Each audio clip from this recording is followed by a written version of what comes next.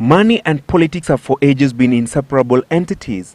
The political scene has recently witnessed pompous and flamboyant party launches, case in point. The launch of Deputy Prime Minister Uhuru Kenyatta's The National Alliance TNA. Mobilization of political support through campaign rallies is also a costly affair. The Campaign Financing Bill 2012, being drafted by the Independent Electoral and Boundaries Commission IEBC, could complicate matters further for those seeking various elective seats in the forthcoming general election. We want a situation where money does not distort the political competition. The bill seeks to give IEBC powers to limit the amount of money candidates seeking various elective seats can spend in their campaigns. If the bill becomes law, candidates and political parties who exceed the spending limit without a reasonable justification will be disqualified from the election. And if the over-expenditure will be detected after a general election, such a candidate or political party will be disqualified from the next general election. One of the things that is required 3 months before election is the details of the bank accounts of the political parties and bank accounts of all the candidate accounts. Candidates will also be required to fully disclose the amount and source of money they receive for their campaigns. Failure to disclose will lead to disqualification of the culpable candidate or political party from the election.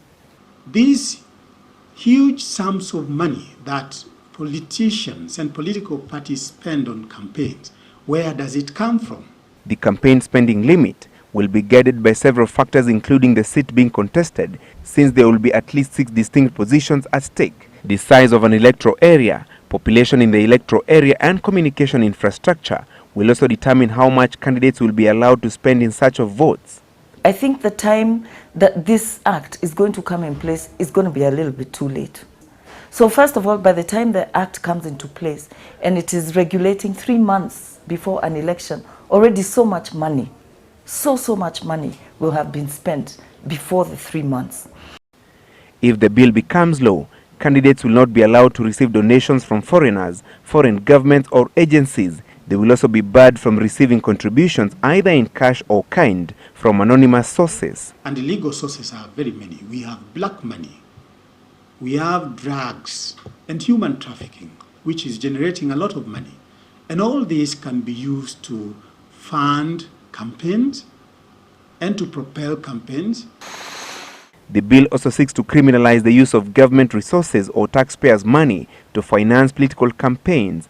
Use of government vehicles and choppers has been a common feature in past elections, as well as numerous by-elections held in the country. So the election limit really should be spent on the legal campaign framework. It should not be set on how much money will be spent on handouts.